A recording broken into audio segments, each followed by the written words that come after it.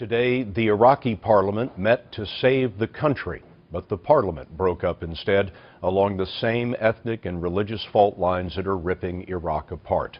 Iraq is now broken roughly into thirds, with members of the Shia branch of Islam in Baghdad and south, the Kurdish ethnic group in the northeast, and an extremist group of Sunni Muslims in the north and west. That extremist group calls itself ISIS. It has declared independence from Baghdad, and its mysterious leader is demanding the allegiance of all Muslims. Charlie Daggett is in Baghdad. ISIS militants have been celebrating, parading the heavy weapons they've stolen from the Iraqi military. And in a new audio message, the group's leader put the call out for fighters everywhere to avenge what he called the wrongs done to Muslims worldwide. Take up arms, said Abu Bakr al-Baghdadi, and fight. Your brothers all over the world are waiting for your rescue. His speech lasted 20 minutes. Baghdadi has never released a videotape, and there are only 2 known photographs of him. And while Baghdadi was calling for fighters to carve up the country, Iraqi politicians were trying to find a way to hold it together. The Iraqi national anthem heralded the opening of parliament today, a fresh chance to form a new, more inclusive government made up of the country's 3 largest ethnic groups. But no sooner had the music stopped than the finger-pointing began. And when embattled Shiite Prime Minister Nouri al-Maliki returned after a short break, he found that Sunni and Kurdish leaders had walked out. Few believe al-Maliki can hold on to power for much longer, leaving the country in a political gridlock and in the grips of a worsening war. Few people thought today would go smoothly, Scott, but Parliament had only been in session for about a half hour before fighting broke out. And more importantly, al-Maliki's party failed to meet its own deadline to form a new government, and proceedings have been suspended until next week with no real solution in sight. Time that Iraq may not have. Charlie Daggett in Baghdad for us. Thank you. This evening in San Diego, a wall of protesters turned away 3 busloads of illegal immigrants, mostly parents with their children. The federal government was transferring the immigrants from Texas. There has been a surge of illegal immigration recently, and some folks in San Diego apparently had had enough. John Blackstone is following this. The charter aircraft from Texas landed at San Diego carrying 140 undocumented immigrants, many of them children. They boarded buses for a 1-hour drive to Murrieta, California. We don't want them here! In Murrieta, demonstrators blocked the road leading to the Border Patrol station. Residents here have been resisting plans to have the migrants brought here for processing and health checks. The bus windows were blocked, but the shouts made it clear to those on board they are not welcome here. Alan Long is mayor of Murrieta. We have droves of immigrants coming and nothing in place to really prevent that. What's happening now is they're basically dispersing them to many different backyards, and I think there are people and residents here in Murrieta that are ready to take a stand against that. The nearly 50,000 unaccompanied children who've poured over the border are being held in crowded facilities as authorities try to find family members in the U.S. to care for them. Since most come from Central America, they cannot simply be put on buses and sent back across the border to Mexico. Enrique Morones, president of the immigrant aid organization Border Angels, wants more done to discourage parents from sending their children on the dangerous trek north. Isn't the way to send a message by sending them back to say, look, it's no good coming there, you'll just get sent back again? We can't send back the kids that are here, the overwhelming majority of the kids that are here, because it's sure death. And we don't want to sacrifice anybody. After an hour-long standoff with the protesters here, the buses turned around and left, Scott. The immigrants will now be taken to another Border Patrol station in the San Diego area for processing. John Blackstone, thank you, John. A lot of Americans decided that it was time for a new car last month. New figures out today show that cars were selling at the fastest pace in 8 years. At GM showrooms, sales were up 1%. Ford sales fell 6%. Sales at Chrysler were up 9%. Anthony Mason tells us the sales gain at GM came in spite of all of the bad publicity about deadly defects and massive recalls. A day after another massive recall, GM reported surprisingly strong sales, up a modest 1% in June, but with 2 fewer sales days than last year, GM says that equated to a 9% gain. The first half of the year, the company said, was its best retail sales performance since 2008. Yesterday's headlines compared to today's headlines, I mean, they completely paint a story of two different companies, it almost seems. But Jessica Caldwell is senior automotive analyst with Edmunds.com. Are you surprised that GM's reputation hasn't seemed to have been affected by this? It is very counterintuitive. I think when you think about all of the recall news out there and you have Mary Barra in Washington, D.C. testifying, you think that there would be some backlash for sales. This year alone, GM CEO Mary Barra has recalled more than 25 million automobiles after acknowledging defective ignition switches in the Chevy Cobalt and other of its small cars. But in May, nearly half of the owners trading in a Cobalt for a new car purchased another GM product. That's actually a higher loyalty rate than before the recalls. Some people are just sticking by the brand. I mean, they are doing a major safety review. And, you know, perhaps people think it may be a good time to buy General Motors since they're not going to overlook any quality issue, as it seems. No memorial oration or eulogy could more eloquently honor President Kennedy's memory than the earliest possible passage of the Civil Rights Bill for which he fought so long. President Johnson addressing Congress after the assassination of President Kennedy. Just 218 days later, 50 years ago tomorrow, Johnson signed that landmark bill into law. James Brown talked to one of the men who helped LBJ change the course of American history. The top pen was given to me by President Johnson, used to sign the Civil Rights Act of 1964. You've got a hold of that pen. I got that, baby. 80-year-old Clifford Alexander is still very proud of his time as an aide in Lyndon Johnson's White House. After graduating from Harvard and Yale Law School, he served as civil rights advisor to the president. One of the few African Americans in the White House then? The only African American on the staff at the time. What was that like, Cliff? It was like many things in this life, where black people were not included as much as they should have been. But in the case of Lyndon Johnson, he made me as comfortable as he made his white aides. He was a man who was forward-looking and a man who cared about people. Alexander was part of a team working on the Civil Rights Bill, but he says it was Johnson's passion that produced the historic legislation. First of all, his own righteousness. Secondly, his skill in dealing with the legislature.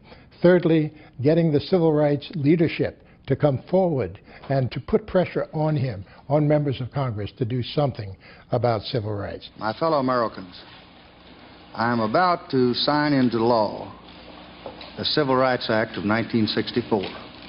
On the day of the signing, Alexander was seated in the packed East Room.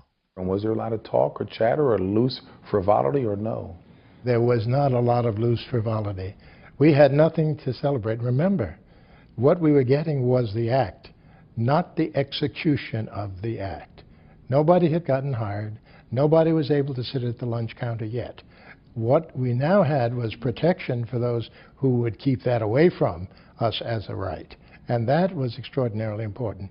A major part of the act established the Equal Employment Opportunity Commission, and LBJ would tap Clifford Alexander as the first African American to head the agency. This was given to you by? By President Johnson when I was sworn in as head of the Equal Employment Opportunity Commission. Alexander worked behind the scenes to put the first African American, Thurgood Marshall, on the Supreme Court, and also helped to push through the Voting Rights Act in 1965. But he feels the quest for equality is not over, and the same effort of yesteryear is needed today. You have to, in this society, you have to push. And if you don't push, you're not going to get it. And on July 2nd, 1964, that push began to pay off. Can you rhyme? So if I say cat? In the hat. 4-year-old JJ and his 3-year-old brother Joa are doing what children their age do. Running and playing 1 minute, pushing the next. When they act up at home, they are disciplined. I think that they're typical 4 and 3-year-olds. But at school? He's been suspended about 5 times. At 3? At 3.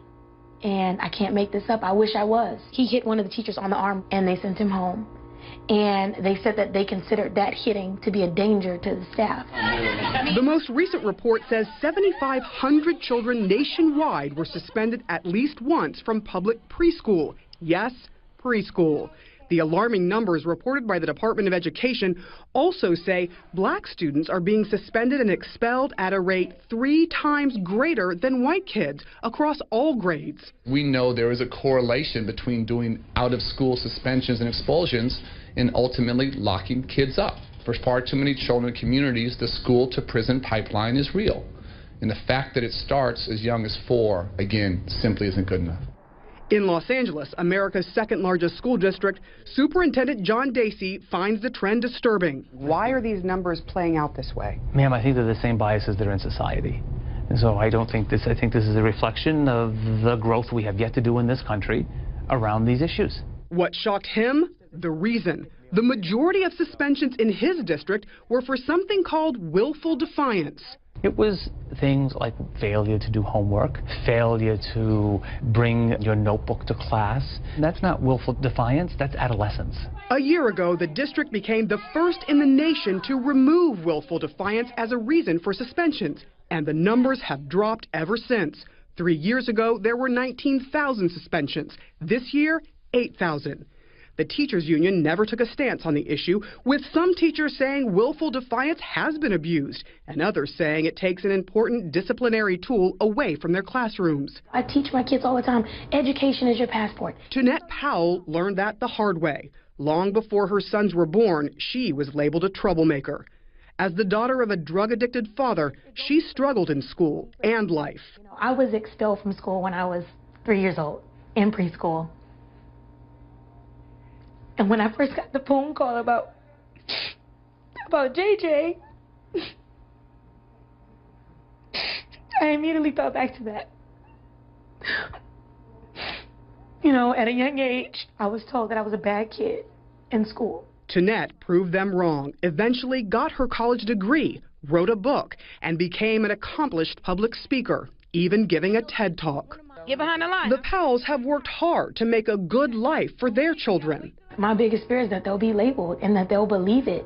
Every day she fights to inspire her boys, more a preschool to pre-med mentality. Go! Go, Joa! Go, Joa! Go, Joa! Than preschool to prison. Sarah Seidner, CNN, Omaha. Scare at the beach. You'll remember it was caught on tape, 2 girls parasailing and crashing into a building. It was difficult to watch. And tonight here, 1 year later to the day, new sweeping recommendations for families headed to the beach. Tonight, ABC's Matt Gutman reports. Trapped in that giant parachute, 17-year-old Sydney Good and a friend shooting down the coast like a lost kite. Like, that feeling was terrible. The cable to the boat snapping, sending the girls smashing into this building. We are at the Commodore and 2 parasailers just smashed into the top of it. Then into a parked SUV. That was 1 year ago today, and Sydney is still recuperating. And tonight, the National Transportation Safety Board issuing a stinging rebuke of the parasailing industry, accusing operators of poor judgment, lack of sufficient experience, and improper training. Sydney's parents telling us they thought their daughter was in good hands. You just assume that everything is safe. They tell you, they advertise it's safe, fun. Yeah, you expect that. There are no federal guidelines regulating parasailing. Tonight, the NTSB can only recommend that all operators be licensed by the Coast Guard, which doesn't sit well with Sydney's mom. So when the NTSB calls for more regulations but really can't enforce them, how does that make you feel? It makes me sick. The industry organization responding that they support regulation and are working with the Coast Guard. Sydney went back to the hospital today to say thank you. I want to cry. I know. She has undergone multiple surgeries. Even if you think that she's going to wake up and come out and breathe on her own, we didn't know if she could walk. We didn't know if she could talk. They told us she may not remember. But today she was walking on that very same beach. Rescue crews continued their search Tuesday for a missing teenager who was swept away in a Cedar Rapids storm drain after heavy rainfall in the area. The 17-year-old was playing frisbee with friends when he wound up in the drainage pipe on Monday. One of the teen's friends tried to save the boy, but was dragged into the drain with him. Authorities say that teen eventually emerged in a lake about a mile away and was able to get out of the water. Rescuers walked sewer-lined paths trying to trace the way the water might have carried the teen, but the fast currents prevented the searchers from entering the pipes. At this point, the victim's family has assembled in the area, and we have a chaplain here to provide some type of comfort for them, emotional comfort at this point as this search is going on. Rising storm waters have overwhelmed much of the city's sewer system, and the raging waters have left hundreds of thousands of people without power across the Midwest. How's your Monday, good? 6 months ago, recreational pot sales caught fire in Colorado. Business has boomed, but so have concerns about safety. A 19-year-old fell to his death from a balcony after eating a cannabis cookie. And this man is behind bars, accused of shooting and killing his wife while reportedly high on pot and other drugs. He told me that, he doesn't remember anything. It's not clear what caused either of these incidents, but a common link, marijuana edibles. The edibles do have a different effect on people. With edibles, it takes longer to feel the effects of THC, marijuana's mind-altering ingredient, which can lead to people eating too much too soon. The side effects can be serious, including delirium and psychosis. Everybody loves their chocolate. And when it comes to tasty treats like candy or cookies, looks can be deceiving. Here's your regular candy bar, and here's one of those marijuana-infused candy bars. You can see outside the package, they look practically the same.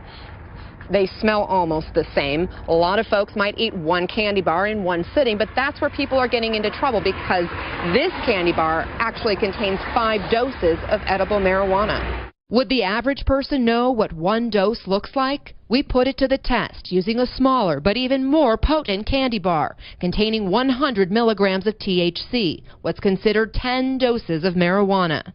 How many servings do you think is in this? I would have no idea. I know nothing about it. I would say probably 2. Would it be 2 servings? The whole thing. The whole thing. So you think this is one serving? Yes. My guess is it's probably pretty potent, maybe 4. Well, you're right. It is pretty potent. There are 10 doses of marijuana in this small bar. Wow. That's a lot. This is actually 10 doses of marijuana. Oh, my. That's terrible. I just think it takes a level of education to the consumers so that people are using them responsibly. Adults aren't the only ones ending up in trouble. The Children's Hospital Colorado reports a surge of kids admitted after consuming edible pot.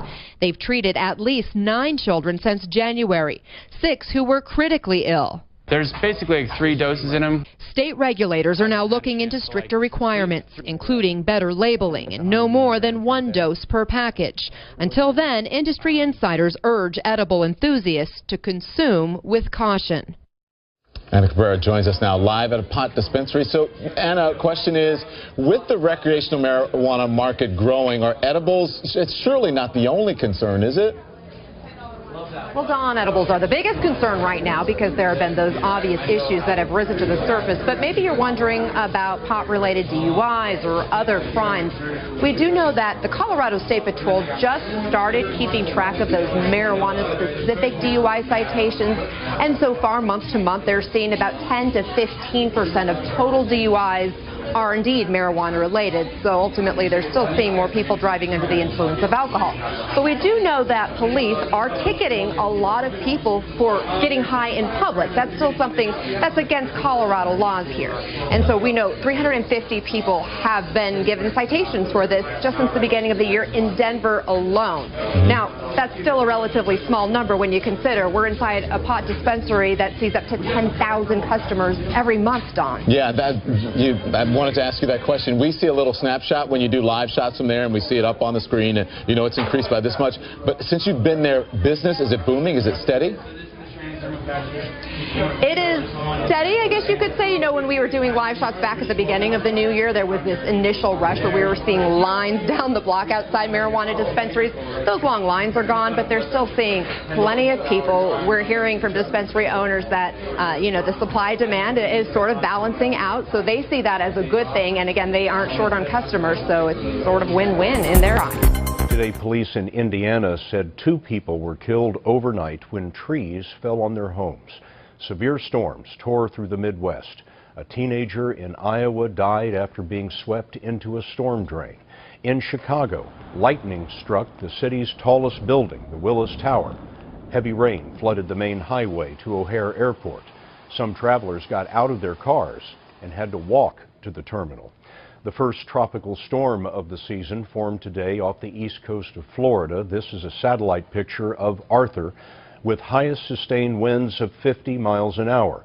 Will it strengthen, and where is it headed? For that, we'll turn to meteorologist Craig Stetzer of our CBS station WFOR. Craig? Good evening, Scott. The hurricane hunters were out this afternoon investigating Arthur. They found a strengthening tropical storm out there, winds at 50 miles an hour. Overall environment is favorable for additional strengthening. Wind shear is low, and it's very warm, the waters here. In fact, the track is going to take it right along the Gulf Stream over the next several days. Now, Arthur's forecast to accelerate north, approaching the Carolina coast, possibly as a Category 1 or maybe even a low-end Category 2 storm Thursday in the Thursday night time frame. Obviously, if it takes the track farther to the west, it would have a more significant impact to the Carolinas and could be similar to the 2011 Irene storm in the Carolinas. After that, it's back out to sea. But the folks in the Carolinas need to start thinking about their preparation. Scott? We'll keep watching. Craig Stetzer of WFOR. Thank you, Craig.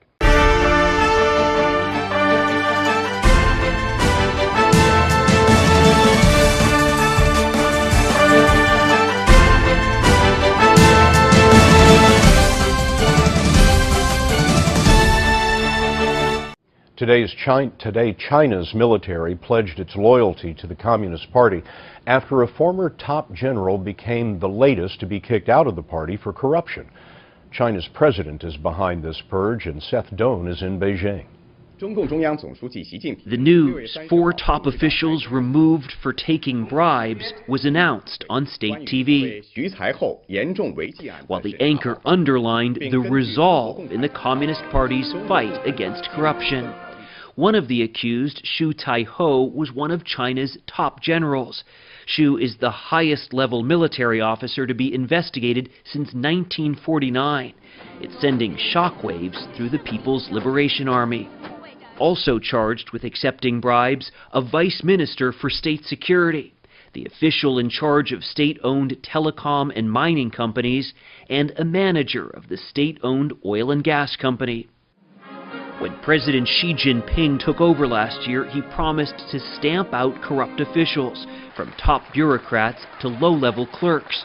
In China, they're nicknamed tigers and flies. A cartoon in today's South China Morning Post shows a tiger and a fly chatting in jail. Both are in because of Xi Jinping. Lest any of this be missed by the masses, the People's Daily, a Communist Party mouthpiece, released a computer game where users can give electric shocks to corrupt officials. This crackdown is popular because it's seen as long overdue, but it may also serve another purpose. Many of those under investigation have been political enemies of China's top leaders.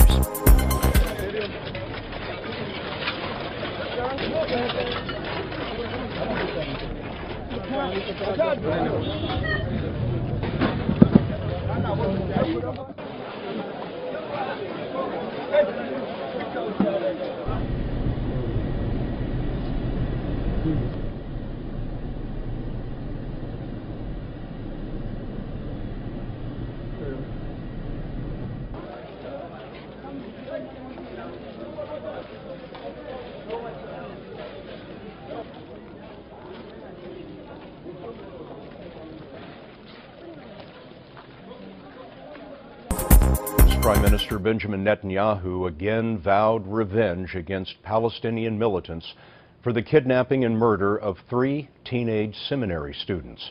Netanyahu was among the mourners who attended their funeral. More now from Alex Ortiz in Israel. Hundreds of thousands flooded into the cemetery to pay their last respects to the 3 teenagers. Their bodies were found yesterday beneath a pile of rocks in an open field near Hebron. The grisly discovery set off a wave of grief across the country. Earlier in the day, at a memorial service for Naftali Frankel, his mother said a final goodbye. "We will learn to sing without you," she said. "We will always hear your voice in our hearts." Just before the funeral, a recording of a panicky cell phone call made by Gilad Shar to emergency police was broadcast by local TV stations. "We're being kidnapped," he told the police. In the background, a kidnapper yells, "Keep your head down." Then the line goes dead. Israel blames Hamas, the militant Islamic group, for the kidnappings and killings. Hamas has never claimed responsibility, but has applauded the abductions as a heroic act. The teen's disappearance more than 2 weeks ago set off a massive security crackdown as Israeli forces searched house to house near Hebron. More than 400 Palestinians have been arrested. Last night, Israeli forces dropped 34 bombs on targets in the Gaza Strip, in retaliation for Palestinian rocket fire sent into Israel. Scott, Prime Minister Benjamin Netanyahu met late into the night with his security cabinet here. It's unclear what steps come next, but earlier tonight he did warn that Israel would continue its crackdown against Hamas and could even expand military operations in Gaza. Around the world tonight into that troubling headline from Israel in the case of those 3 missing teenagers, one of them a U.S. citizen. Well, tonight, authorities believe those boys are now dead, found not far from where they disappeared, and this evening a blistering salvo from Israeli Prime Minister Benjamin Netanyahu. David, the grief and outrage over these murders tonight in Israel is extraordinary. The boys' bodies were found under a pile of rocks in an open field. The 3 boys disappeared from a hitchhiking stop in the West Bank town of Hebron. Among them, that dual Israeli-American citizen, 16-year-old Naftali Frankel, whose family came to Israel from Brooklyn. The FBI joining the investigation tonight. The abductions prompted one of Israel's largest search and security operations in more than a decade. The Palestinian militant group Hamas was quickly blamed for the abductions. 400 Palestinians were arrested. Hamas denies any involvement, but tonight Israeli Prime Minister Netanyahu saying they were abducted and murdered in cold blood by human animals. Hamas is responsible and Hamas will pay. And tonight, airstrikes are being reported in Gaza. These horrific murders have clearly dimmed any hopes for progress on a peace agreement in a country already on edge. David. All right, just a horrible headline late today. Martha, thank you. We continue with Robert Downey Jr. speaking out about his son's addiction problem. The superstar's 20-year-old son was arrested on drug charges over the weekend, and the actor, who has had his own well-publicized battle with addiction, says genetics could be to blame. ABC's Rena Ninan has more. He's the superstar who's the driving force behind blockbusters like The Avengers and Iron Man. How about that?